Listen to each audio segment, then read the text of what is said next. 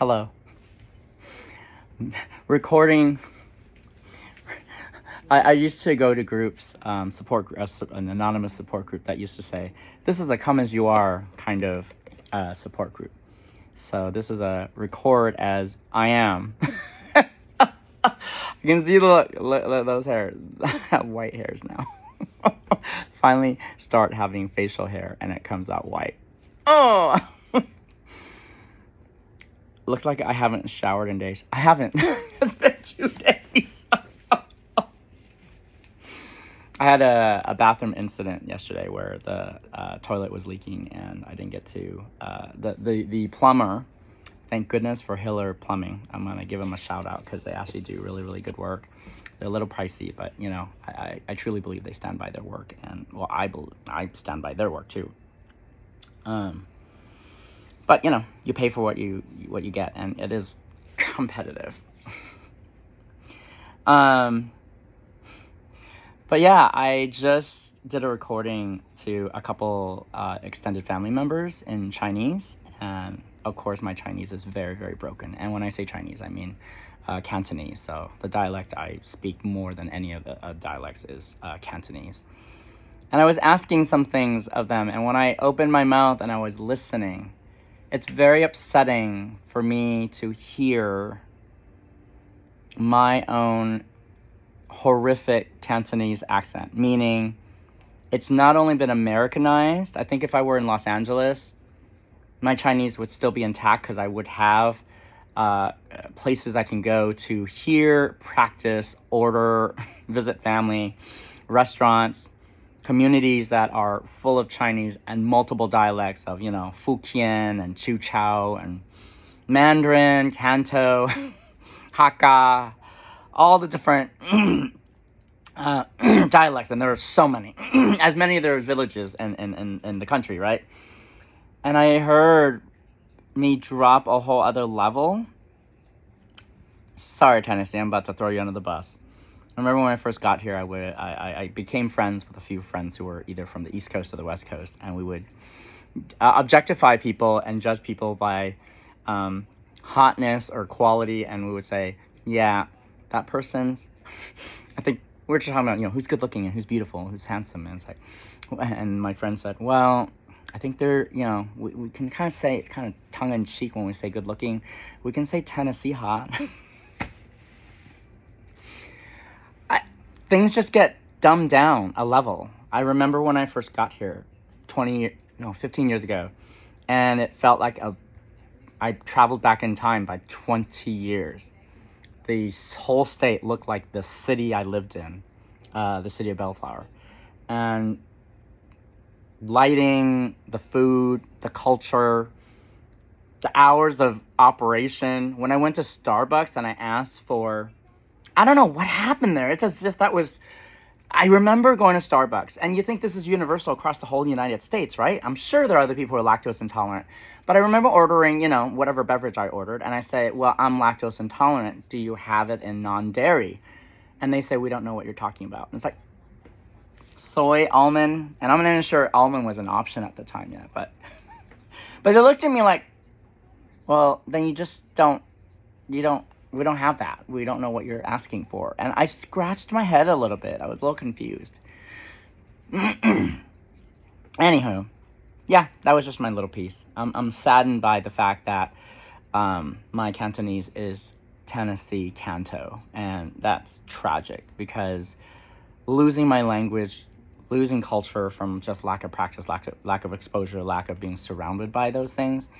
And I was brought up very, very, very, very traditional. My mom was very, very strict that whenever we were in her house, inside, when we were home, we spoke Chinese. We did all things Chinese. And my mom shared something to the effect of, I'm not afraid of y'all learning English and the American culture. I'm terrified. I'm terrified as each day passes, you're going to forget where you came from, where your roots are, where your blood is. And so long as you're under this household, you speak Chinese only. And I do not want to hear anyone speak English. and that meant a lot because I still hold on to that as much as I can. Unfortunately, I don't really have anyone to practice that with. even when I was dating Brandon at the time, the ex, I even tried to teach him Chinese, and that was super fun because it made me think about the language. It made me think about the pronunciation. It made me think about how to make it easier and more palatable for him to learn and remember words and phrases. I don't have that anymore, and that's really, really sad. Anywho, I'm severely depressed. I don't take really good care of myself. It's gotten to the place of even the hygiene part. Like, who do I have to present myself to? Yeah. Okay. I just haven't done a rambling in quite a while, and I actually quite enjoy my rambles. And I remember those recordings started, first were created, actually I don't remember why I created them, but then it became a thing where I knew I was in imminent danger, risk of not being here anymore. So that must have been post 2018, around that time when, things kind of came apart at the seams and the ex left and I lost all self-worth because I apparently put all my eggs in that basket case. And so I kept doing recordings just to memorialize, maybe, I don't know, how arrogant of me, right? How self-centered, egocentric, and arrogant of me that, hey, if I go and die, at least you'll have these videos to remember me by. Wow. Please remember me that way. Don't move on with your lives. But yeah, I created these, and I think I would end each of the videos with, Kwa, if you see yourself, if you're watching this 1 year later, well, congratulations, you made it another round trip around the sun. You made it another 365 days, another 575,800 minutes. And I don't even know where I am with that anymore. I'm not even counting the 1 day at a time anymore. It's like literally when I wake up each morning, I'm completing tasks. I have more tasks than I care to complete. They're all out of order. They all seem to be priorities, so none of them are priorities. My energy level goes up and down, like extreme highs and lows. So it's really, really yucky. My fatigue level, it's stabilized a little bit more since I started taking the vitamin D and adding a few other supplements from the doctor, running some labs and saying, hey, it may not necessarily be this reason as to why you're impotent. It may be this reason that it's not necessarily the lower testosterone, even though I'm on the lower end of the normal. But she just said, consider taking vitamin D, and I did that, and kind of that upped my energy level a little bit more. I recently incorporated therapy into my weekly routine, and I don't know. It's so risky for me to do therapy because this weird journey I've been on introspectively, and by doing so, I feel like I've gone into some black hole in my heart and burst out in the other side of a different universe, and the other universe moves at a much, much faster pace, and my head is exploding with all these ideas and solutions, so things come a lot easier for me. So I don't know, I feel like I'm so close to death, because I think, the closer to end of life one is, the more reflective they are of their past life, the more things make sense. What's that line? If you figured it out, it's time for you to go. If you figured it all out, it's time for you to go. And things come easier and easier. So I look forward to conundrums. I look forward to puzzles and challenges and barriers where it's like, I don't know the answer to that. What was one? Oh, the plumbing thing. And that, so I had a little piece that went from the ground to the stop valve, and then that moved, that had the little tube thing, braided tube that leads to the tank that has the float valve. But I knew what needed to be done. I didn't quite get the contraption there, and my fear, even though I turned off the main, was if I pull this off, I won't be able to stop the water. So it wasn't necessarily not knowing, it was fear of, what will happen right now, and if a plumber does not show up, what would this? Well, no, I would be able to find a patch to the situation. I always do. I already had a solution in place. I'd spent $17 and change on some plumber's putty, some epoxy, as well as what was the thing I bought? In an attempt to seal that one rift. So I was going to, the sealant tape.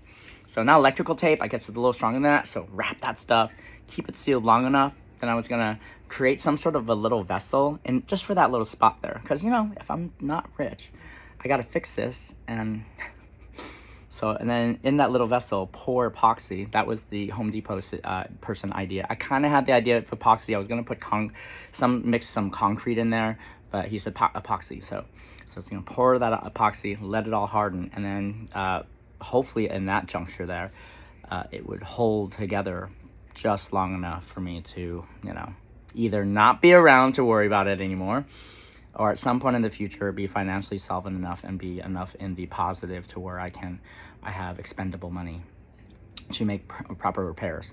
But guess what? Qua. What does Qua like? Qua likes quality. Qua doesn't mind spending money, even though whether Qua has money or not. So I accepted the offer from a visit from Hiller last night, and they showed up at like 9-10 o'clock at night last night, and Cameron was brilliant. He was polite, he was professional, he was good looking, which was distracting, but he was talented. I was very appreciative of his creativity. I'm not sure about the method of why he needed 2 tubes. Far be it. The tab came out to almost $400. So $380 more than I cared to spend.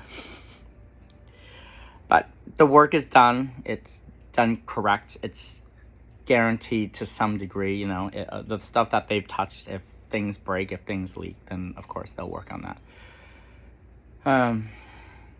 So yeah, $400 pour that I don't have to begin with. It's a whole other bag of apples. But anyway, I don't know how I got on so many tangents. It's because I'm lonely. It's because I'm desperately isolated.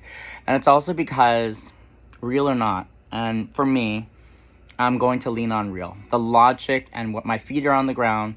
I'm very, very aware of my surroundings, and I am able to discern patterns and things without being invested in my emotions.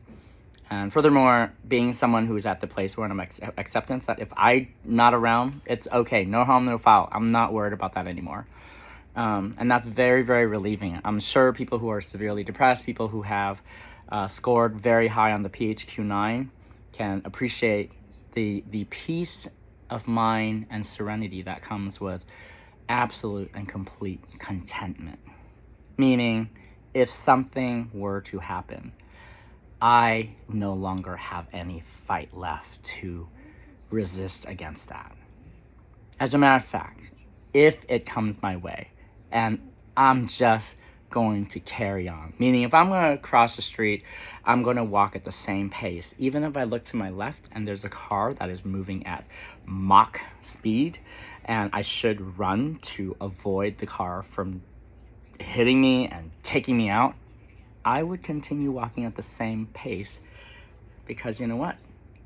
If that's my time to get hit by the car and go away, and guess what? Bills. What bills?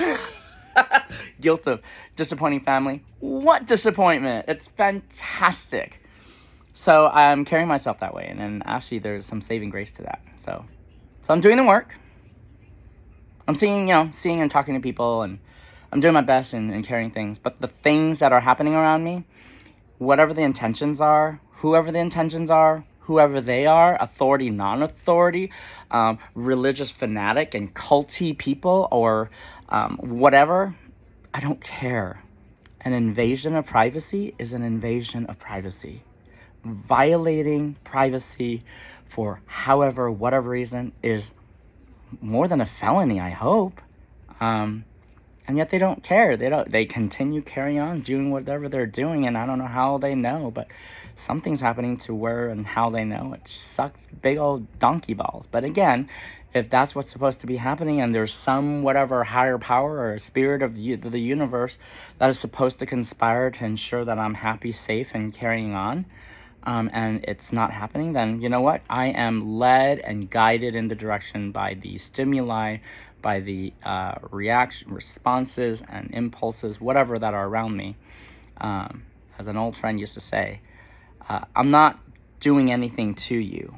I'm only responding to your cues. I'm only taking the information or receiving and interpreting the information I'm receiving and responding accordingly. So I'm not doing anything to you.